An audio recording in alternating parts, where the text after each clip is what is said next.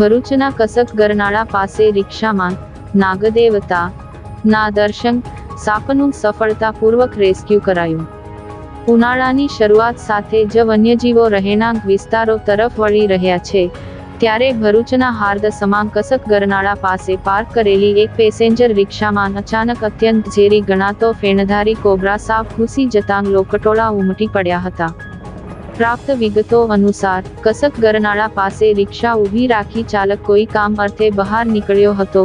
તે દરમિયાન ક્યાંકથી આવી ચઢેલો 5 ફૂટ લાંબો કોબ્રા સાપ રિક્ષાના નીચેના ભાગેથી સીટની આસપાસ ભરાઈ ગયો હતો। આસપાસના લોકોની નજર સાપ પર પડતા જ બૂમાબૂમ થઈ ગઈ હતી। સાપ અત્યંત ઝેરી હોવાથી કોઈ તેની નજીક જવાની હિંમત કરતું નહોતું। આખરે જાગૃત નાગરિકોએ તાત્કાલિક જાણીતા વાઇલ્ડ લાઇફ રેસ્ક્યુઅર યોગેશભાઈ મિસ્ત્રીને આ અંગે જાણ કરી હતી।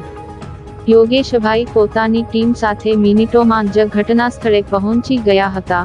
સાપ રિક્ષાના જટિલ ભાગોમાં છુપાયેલો હોવા છતાં યોગેશભાઈએ પોતાની કુશળતાનો ઉપયોગ કરી તેને કોઈ પણ ઈજા પહોંચાડ્યા વગર સુરક્ષિત રીતે કેપ્ચર કરી લીધો હતો।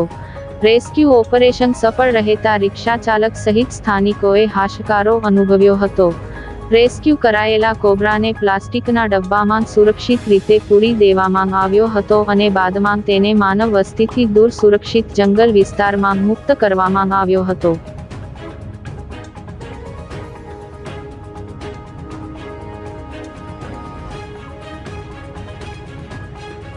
મારું નામ યોગેશ છે।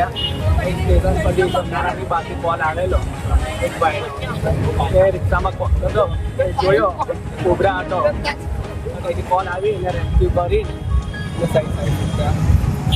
જંગલમાં।